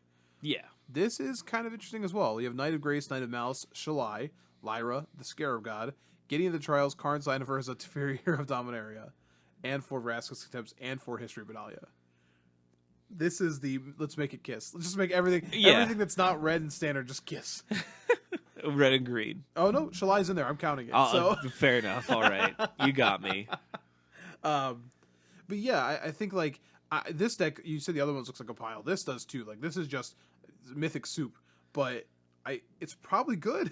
And it all starts again with those knights as your 2-drop really to go to. They really do shore up, especially for planeswalkers. It makes combat hard. The interesting about them too is that when there's when you have the bonus and the power, that what makes the knights so interesting, when they're 3/2s instead of 2/2s, is how well they interact against Earthshaker Kenra. Yeah. They just can't be targeted, and a Kenra just can't attack in and trade. It's kind of again, it just at one point of power, again, shifts whole red turns, and they're cutting down on crop crashers to fit things like Rekindling Phoenix and stuff into the list, or PNLRs. So the Knight's right where I want to be. So I think this is interesting. So I still don't know how I feel about cast down overall, especially when I keep looking at these lists. Like a lot of them have 2, 3, or I haven't seen 4 yet, but cast downs. But then a bunch of them have Shalais as well, and that's a real feel bad. Is having that. The other thing here too is like a lot of these decks are running a lot of fatal pushes, and 0 ways to trigger it. Like if you're not running Evolving Wilds or like Walking Ballista, then you don't have a way to turn it on essentially. So I really miss clues. Yeah, clues. I think if we want to look at a way to like play Fatal Push and have a way to enable it, obviously three color decks that's really tough. That's really difficult that's a pretty big ask. It is. But with something like Black White, maybe you could take a look at playing a couple of Field Ruins, like Yeah, okay. as a way to do that. And guess what? You get to fetch a land with it, so you always have your mana. Like you always have a way to kind of do that. That's true. So maybe with Luke's deck, like you probably just can't fit it in there, and it's a really tough ask to play like an Evolving Wilds over a irrigated farmland or a fetid pools, because those can be so helpful to draw you cards. Right. So it's a tough ask for a 3-color deck. I think a 2-color deck, you definitely have more of an availability, but still some of those mana requirements are rough. But maybe if you want that way to enable it, then that's where you stretch to. I don't know.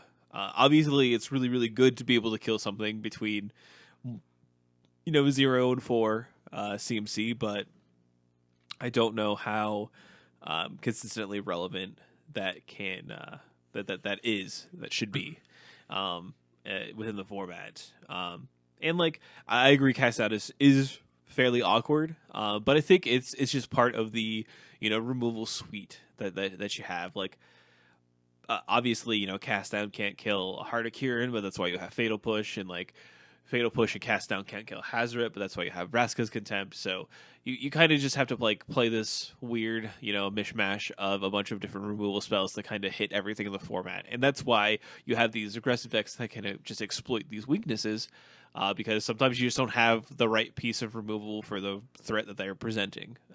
So it's awkward, but you just got to work with the tools you got. Yeah. When M19 comes out, we can just murder everything, and it's fine. That's how that works, right? Yeah, just murder everything. Just murder everything. That's probably a bad answer, actually. Yeah, it's terrible. Don't. I'm not like. It's a sarcastic point I'm trying to make. Well, it wasn't received. Oh. I was kidding. Modern, real quick. Yeah. Because unfortunately, I don't feel like there was a ton of spice in the modern top 8, but that's fine. There's Modern Great Devotion, but so we have Civil War and Barrage 1 playing Infect, which is kind of a throwback. Yeah, but I mean, like, if you never stop playing it, is it really a throwback? Well, he did have one pretty interesting thing for him. We've seen a couple different. We've seen one card in particular be the go-to in the sideboard for Infect, if it was a non-infect creature, and that's been Kitchen Finks. Yeah. He said no. He said, I'm going to play 4 copies of Geist of St. Draft. Heck yeah.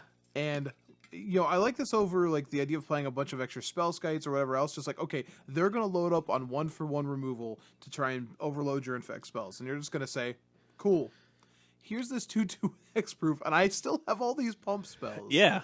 And I loved it. And I got to see him do that a couple times where, like, he just had the Geist in play where it was like, oh, he just wins. Yep. Often, this deck plays Geist on turn 2. So yeah, thank you, Noble Hierarch. It's important to note that like that's obviously super powerful, and he's able to do that because something like Burn isn't relatively popular in the format. You really need Kitchen Finks for the Burn matchup, and things like Jund are kind of on the decline. Right. So that obviously means like I don't need a resilient threat in Kitchen Finks. Also, my Geist of St. Draft isn't just dead in the water. Again, if you play it on turn 3 and you have like a noble backup, and of course you have is his list still playing? No Dryad Arbors. You don't have a 1 of Dryad Arbor or anything like that to like that. Sometimes they would play that for Liliana. So I would say if you don't have a burn heavy, Jund heavy metagame locally, then this shift makes sense. Yeah. And Jund can solve problems with Geist of St. Draft. They don't always have Liliana the Veil. No, that's right. They don't. Obviously, I don't know if he's boarding in Geist against the deck just because like Geist does not interact favorably with like just Tarmogoyf. Yeah, but yeah, that's probably the he's case. got other cards like Shaper Sanctuary as another card that I saw him playing and like did a lot of work for him. Just it's rather good. So surprised to see Infect win it, but at the same time like it's now, instead of being what it was before, it was just a force in the format. Now it's one of those decks where like if you forget about it, you know what I mean? If you skimp on it. But what I think is really impressive for Aaron, and like again, the Invitational is interesting, but I think it's really impressive that he did so well with Infect in a metagame that was so heavy Jeskai. And maybe that speaks to the testament of like him having the Geist State draft, which is very good against Jeskai. Yes. Like if you resolve that against Jeskai, they actually just might not be able to beat it at all. Right. Because they can't really interact with it until they get to like Colonnade. So I think that's pretty impressive. We also had Ironworks combo in second place. Yeah, piloted by Zach Elsig. Yeah, like that. A notable man who makes people feel miserable for watching Modern because he just likes to play awful artifact-centric control decks, except for Blue Steel. I respect him for Blue Steel. It's not definitely it's not a tier 1 deck, but Magnum better. I like Magnum better.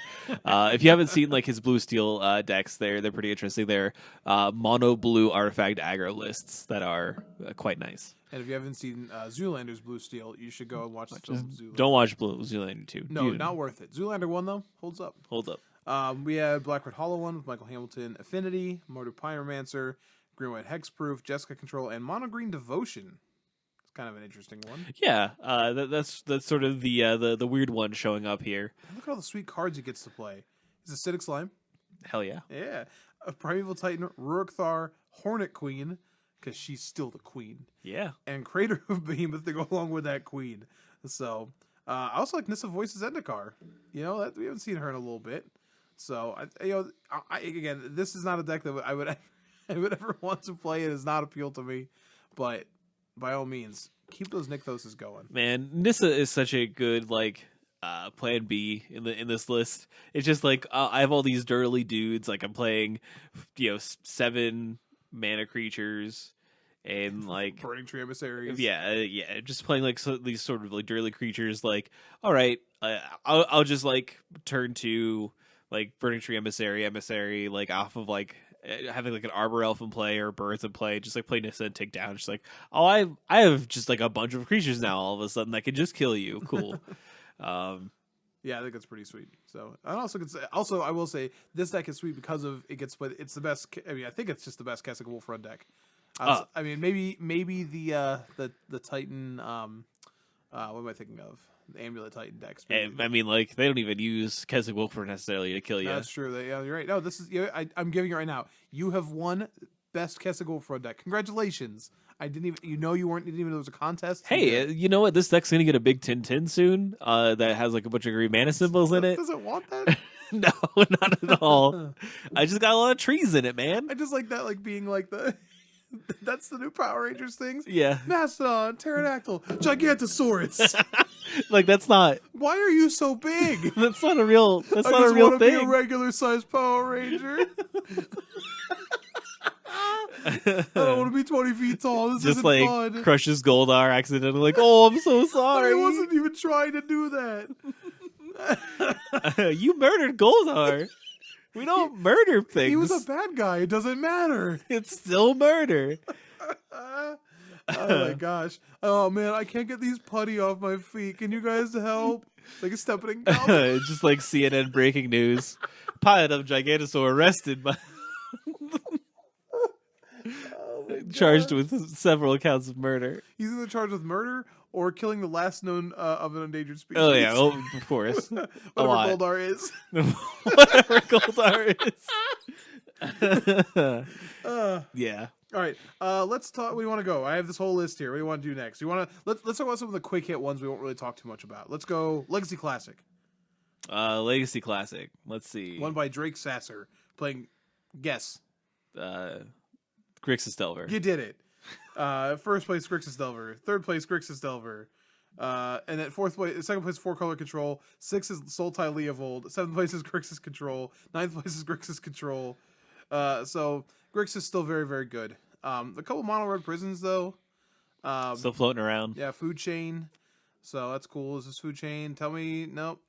Man, someday squee. But yeah. So Grix is still great in Legacy. Vintage. Yeah. So this was the Power 9 series. Yeah. Which they used to do a little more commonly. So it's kind of cool to see it make a return. Mm-hmm. And was won by Andrew Marketon. Yeah, reigning vintage champion.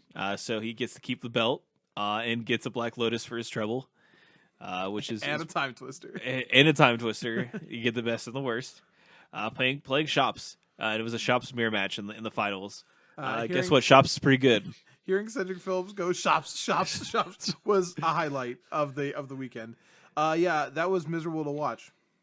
We watched the Shops versus Outcome Storm. That was miserable to watch. It was sad. I will a shout out to Nathan Marska playing the coolest deck, Grixis Thieves. Yeah, because it's playing Notion Thief and Dak Faden. And Dak Faden, two of the greatest thieves in the multiverse. So, watching Vintage is kind of interesting, but also just awful sometimes. I like watching LSV play Vintage because LSV is entertaining. Yeah. I don't know if I care as much as to what he's doing on Magic Online. I just enjoy watching the man play Magic. That's fair. Congrats also to Brian Amars for top 8 with Shops. Yeah. So he was keeping up. I saw it also over social media. So I like 16th place Mardu Planeswalkers. We have Angrath the Flame Chained, top 16 the Vintage Tournament. Congrats. Yes. Doretti Ingenious Iconoclast, Liliana the Veil, Chandra Torch Defiance, Karn Sign of Urza, and the Angrath already mentioned. Along with Deathrite Shaman, Containment Priest, Dark Confident, and Thought Not Seer. This is the best.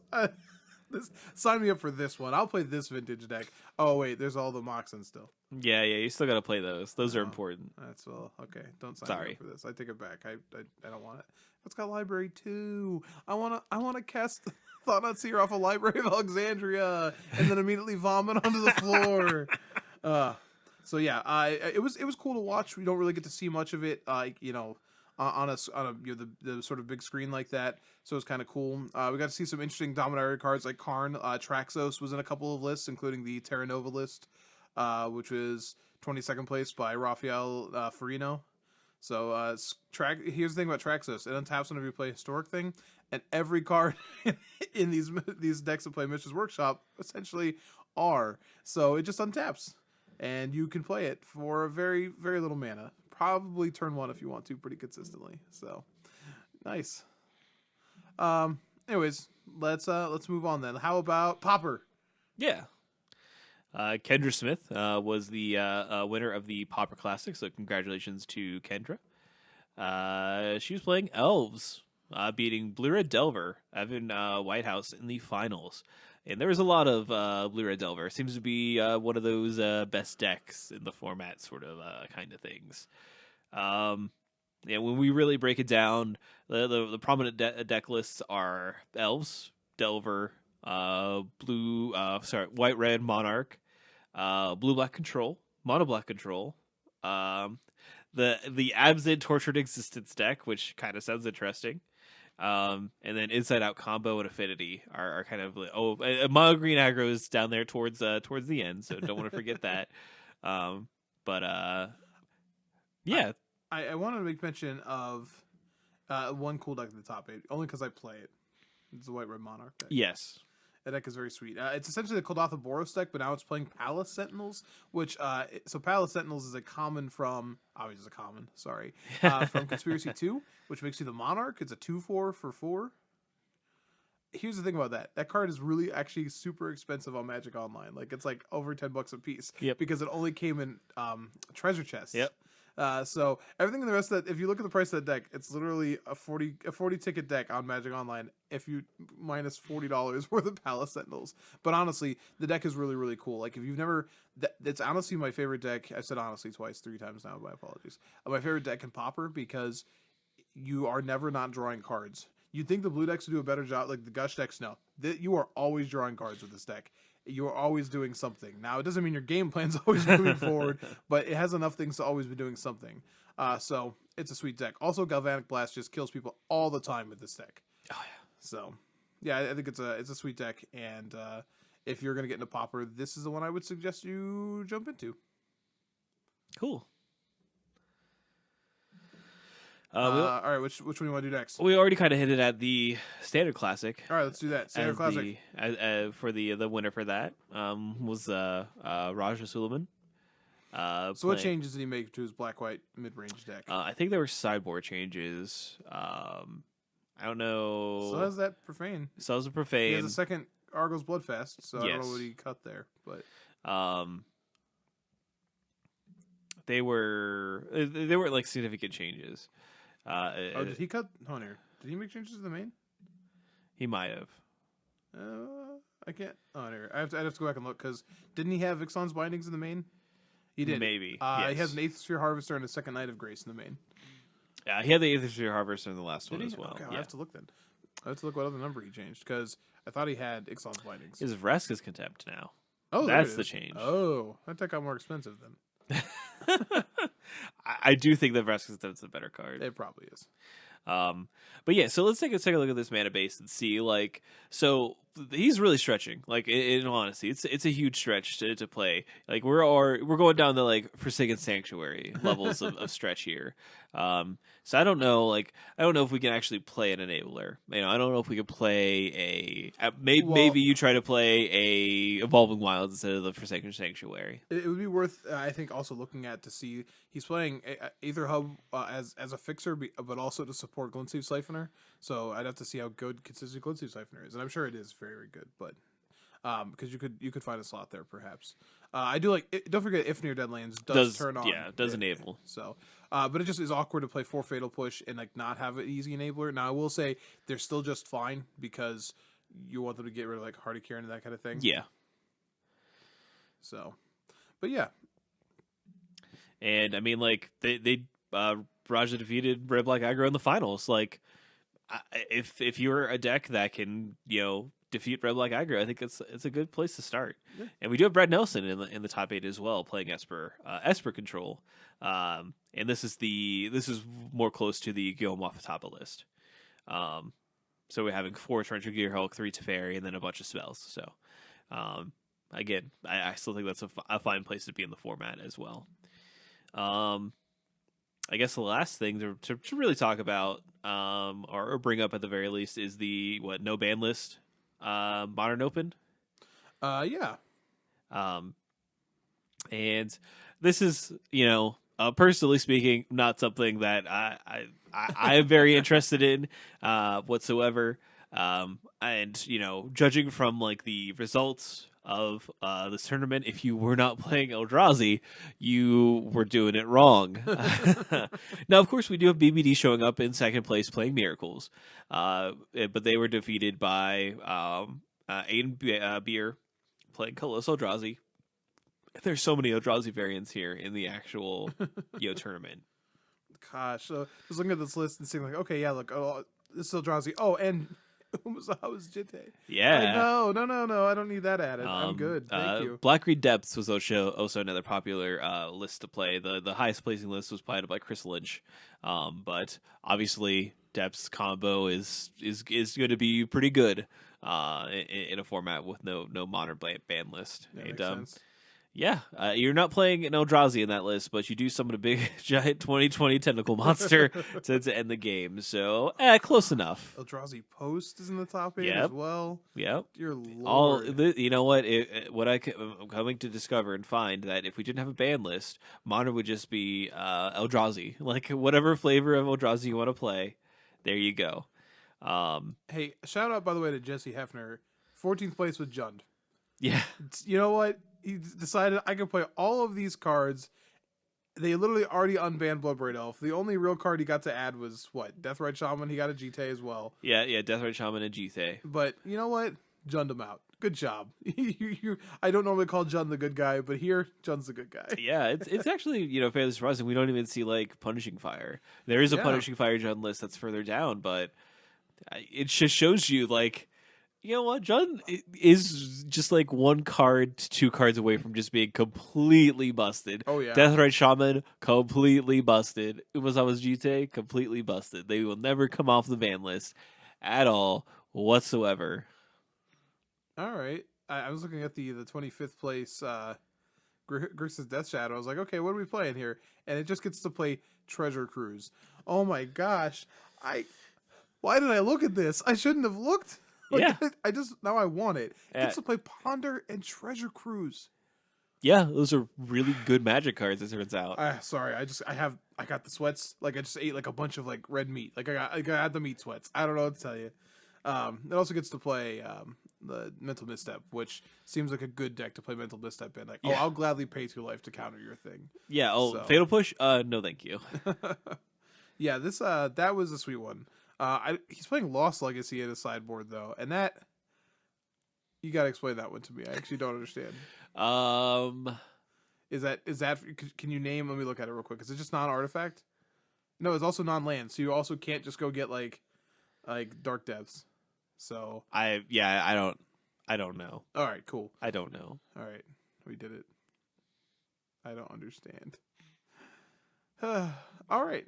Anyways, but yeah, so yeah, not really a format for me, but yeah, oh my gosh, Eldrazi everywhere. Yeah. Honestly surprised only one copy of Storm in the whole top. But we have Yeah, top you would think like that would 32. just be like the most busted thing you could be doing, but again, like if everyone's playing Colorless Eldrazi, like is Colorless Eldrazi just like faster, or just like, hey, guess what? Colorless Eldrazi gets to play a bunch of Chalice of the Voids. How about that? It's probably I don't know if it is automatically faster with all the cards you get, but yeah, like Chalice plus like Thought Knot Seer, the disruption is legitimate, and it's not just like Chalice. Like, oh, okay, it's Chalice for 1 on turn 1. Yeah.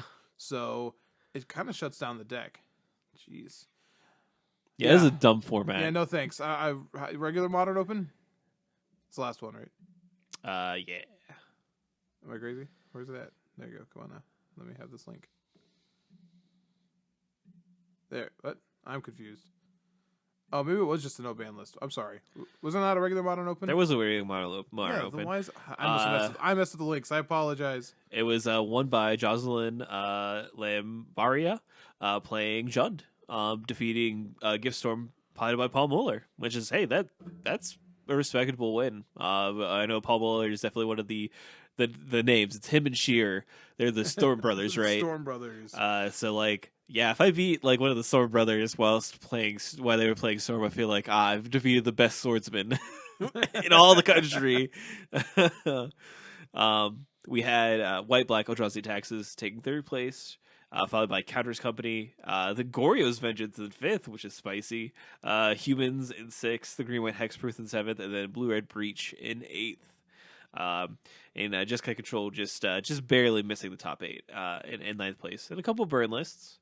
But yeah, we should point out that we have Mono Green Tron in 12th, and if you look at the 7-1 or better lists for the Invitational, Mono Green Tron I think had 3. Yeah. So that is definitely a deck that it saw that its opening was there, and we knew that from the metagame breakdown in the Invitational, as Jessica Control was the most represented modern deck. So yeah, it probably had Karn probably had a pretty good weekend. Probably. Oh yeah. It wasn't like destroying New Phyrexia. Karn's big day out. Karn's a big day out. It wasn't like destroying New Phyrexia levels of good, but it was probably pretty good. But yeah, I feel like I feel for those mono Green Tron players, because I know they definitely had a good modern tournament, and to like not quite get there for standard, definitely heartbreaking. But you picked the right deck. It seems like so. But yeah, there was a lot of magic. There's a lot of magic in the Star City Games Con. It's not something that, again, like, I don't want to go back to Roanoke. I don't want to go back to the Berkeley Convention Center. It's not my favorite place to be at all whatsoever. And I'm glad that, though. I'm glad you had fun if you went. I'm glad you had a good time. I'm glad there was a lot of magic getting played. Coverage was really good. Patrick Sullivan, you were missed. Your void was felt. But Todd Anderson, I really do think that Todd Anderson did a pretty good job. He's no Patrick Sullivan, but it takes time. It takes time to get that good. And to develop that chemistry with Cedric. But you had a really good showing. And I appreciate that. You know, it takes a lot within a Magic community to be like, no, I want to focus. Like, I want to focus on doing coverage, which I think that he's like trying to do, and maybe step a little bit back from actually playing. And that's hard. That's really hard to do. So, hats off to him. But that was SCG Con, and you know, I'm sure that it's something that they will continue to do in the future. It seemed like I feel like it was pretty successful. There's a lot of people playing Magic there, and all the feedback that I've seen from Twitter was that everyone had a pretty good time. So I enjoyed watching whatever random bit of Magic they threw on. I yeah, enjoyed watching. there was a ton of coverage. That was the nice thing. But yeah, that's going to be everything for competitive and everything for the show. I do want to talk about what's happening over the weekend. So we do have GP Vegas happening, and that's going to be modern and limited. And then locally we have Origins. So if you are coming into Columbus to attend Origins, it's the second best 4 days in gaming, just behind Gen Con. That's actually the new tagline. Yeah. It's pretty strong. I really feel like their marketing team is going to bite on it, and I'm going to go to negotiations with them here. But I do hope that you come and celebrate Origins here in Columbus. Columbus is a great city. Nothing like Roanoke, Virginia. There's just so much better things to do. And guess what? You could bring food to the convention center. You can. I believe you can. I've never been kicked out of it. You're encouraged to go to North Market, which is across the street anyways. Yes. So 100%. Do that. I will be there working for Brotherwise Games. If you've not ever played Boss Monster or Unearth, and I believe they have a new game this year too. That's actually. awesome. Both those games are great, by the way. They are. They're really good. I'm not just saying that because my friend works at their booth at Origins or anything like that. But I've personally played Boss Monster and the Unearth, and both of them are really, really interesting games. No, I chose to work for them because I had already had bought everything from them. Yeah, exactly. But if you happen to stop by, come in and demo a game and say hi. Yeah. So. I might be there, might not. I don't know. I maybe not. I haven't even checked out any of the Magic tournaments they're even going to be having there. So, I'm gonna play it by ear and see if I'm going to be in attendance or not. So, but it's a good time no matter what, and it's still reasonable. Like I know the Gen Con gets pretty expensive, but I always feel like Origins is still fairly reasonable to be in attendance for. So, I definitely encourage you to go. I still wish that WotC had taken the time to bring a little bit of Magic back to Origins this year, just because it's where it was debuted. For sure. So it's a little upsetting, but there's still some Magic stuff to be had, and there's just a lot of cool stuff to be 100%. So. Well, cool. So if you want to reach out to us, we have plenty of ways for you to do so. We have a Twitter. It's YourEndStep. And when you add us, it's at YourEndStep. And we have a Gmail account at YourEndStep@gmail.com, or Facebook. Do a quick search for at YourEndStep, and we show right up.